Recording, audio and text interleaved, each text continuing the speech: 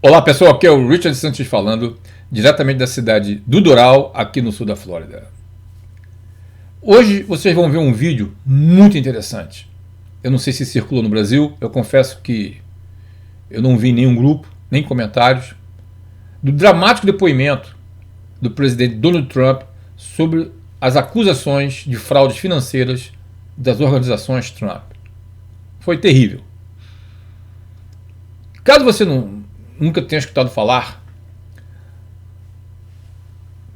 Trump começou a ser perseguido a partir do momento que ele lançou a candidatura dele em 2015. Aí você pergunta, mas por que ele começou a ser perseguido? Pela agenda dele radical, para combater o Deep State.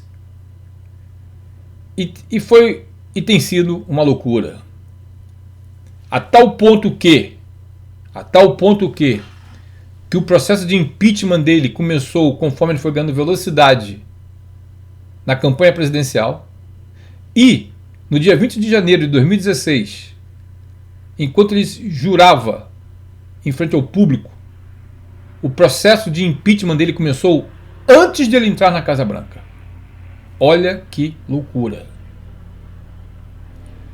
Então, com tudo que foi acontecendo, ele combatendo, como se diz aqui, o novo xerife em Washington, a perseguição dele só começou a aumentar.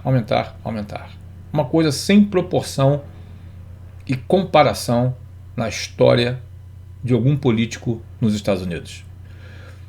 Vocês vão escutar dois nomes. Primeiro, Letitia James. Ela é Procuradora Geral do Estado de Nova York. Você vai ler uma declaração. Ela está em frente a ele. Bem em frente. Tá? Minutos antes, ela fala com uma voz doce. Esquece. Mas eu não coloquei no vídeo. Mas não é nada daquilo que a voz doce fala. Você vai ver a realidade dura e crua e quando ele fala dela.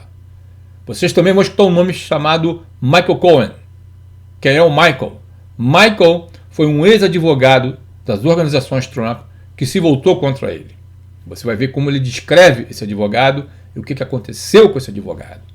E depois, você vai ver ele invocar a Quinta Emenda da Constituição dos Estados Unidos, que é o direito de ficar calado. É esse livrinho aqui, ó, da Constituição, que eu sempre costumo ler ainda, por incrível que pareça, que é poderosíssimo e super cobiçado no mundo inteiro. Veja essa dramática fala dele, esse dramático depoimento, e daqui a pouco eu estou voltando com meus comentários finais. We're back on the record at 9:45 a.m. Mr. Trump, I understand you have a statement that you wanted to read into the record. Yes. Would you please feel free to start at any time? Thank you very much. This is the greatest witch hunt in the history of our country. There has never been another president or perhaps even another politician who has been persecuted, harassed, and in every other way unfairly treated like President Donald J. Trump. What Letitia James has tried to do the last number of years is a disgrace to the legal system, an affront to the New York State taxpayers, and a violation of the solemn rights and protections afforded by the United States Constitution. She developed a political platform and made a career out of maliciously attacking me and my business before she even understood or was elected or reviewed one of the millions of pages of documents we willingly produced. We willingly produced these documents. James proclaimed that she, quote, looks forward to going into the office of Attorney General every day suing me and then going home. This is during her campaign. She announced that she was obsessed with, quote, taking me on, and that her eyes were set on Trump Tower, quote, Trump Tower. She even assured her supporters as an election promise very strongly that, quote, we're going to definitely sue him. Before she even knew anything about me, we're going to be a real pain in his ass. He's going to know my name personally. And she claimed I was on an illegitimate, and that it was an illegitimate president. Quote, illegitimate president. In her AG speech, she promised to, quote, shine a bright light into every dark corner of Trump's real estate holdings. Shortly thereafter, she vowed to, quote, use every area of the law to investigate President Trump and his business transactions, and that of his family as well. She knows nothing about us. This is when she knew absolutely nothing about us. It was very unfair. This whole thing is very unfair. As a pretense for commencing her bogus investigation, Letitia James relied on the testimony of Michael Cohen, a convicted felon and liar.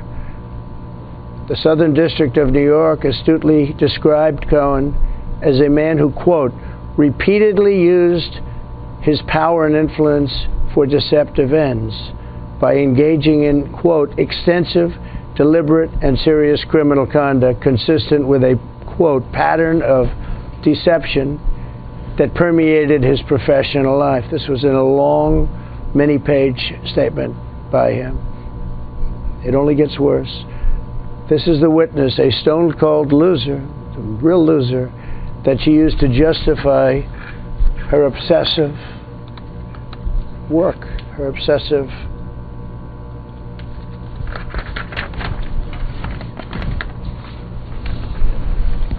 investigation of me, even though he got in civil and criminal trouble for representing himself on a taxi cab company that he had and other things, and also others as a lawyer.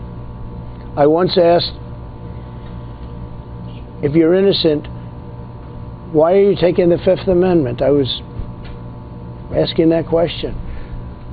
Now I know the answer to that question.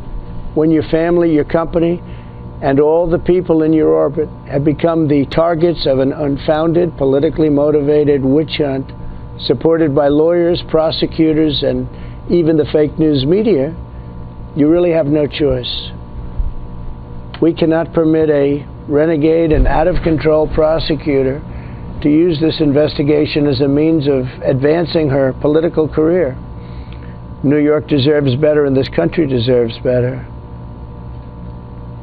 Being a prosecutor is a very important thing.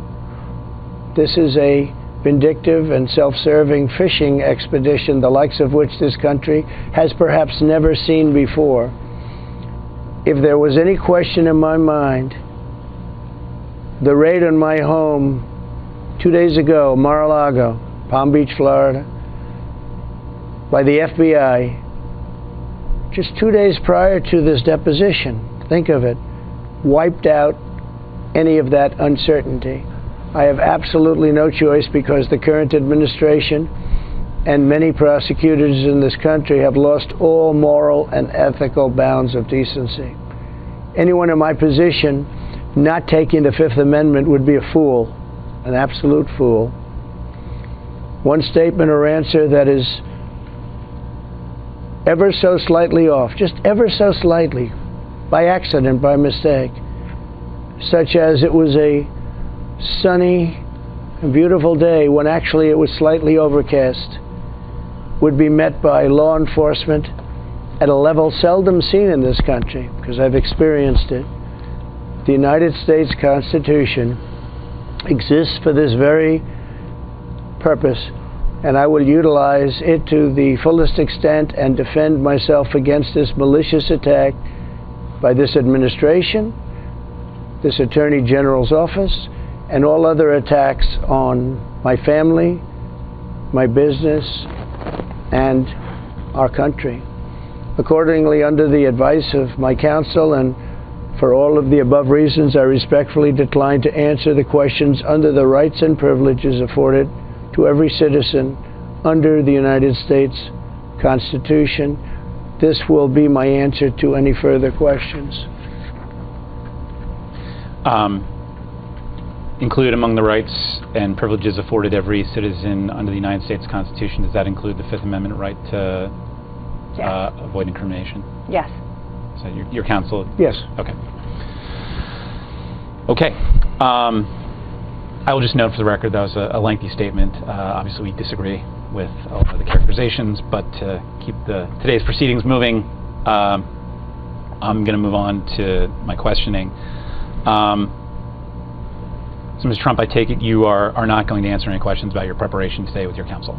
Is that correct? Then, should I say this, or should I respond to that? Just read that. For all of the reasons provided in my answer, which is incorporated herein in its entirety, I decline to answer the question. Okay. Mr. Trump, the focus of our investigation and what we are primarily going to cover today involves the presentation of your statements of financial condition between 2011 and the present. I take it you are generally familiar with those statements. Is that correct? For all of the reasons provided in my answer, which is incorporated herein in its entirety, I decline to answer the question. Okay.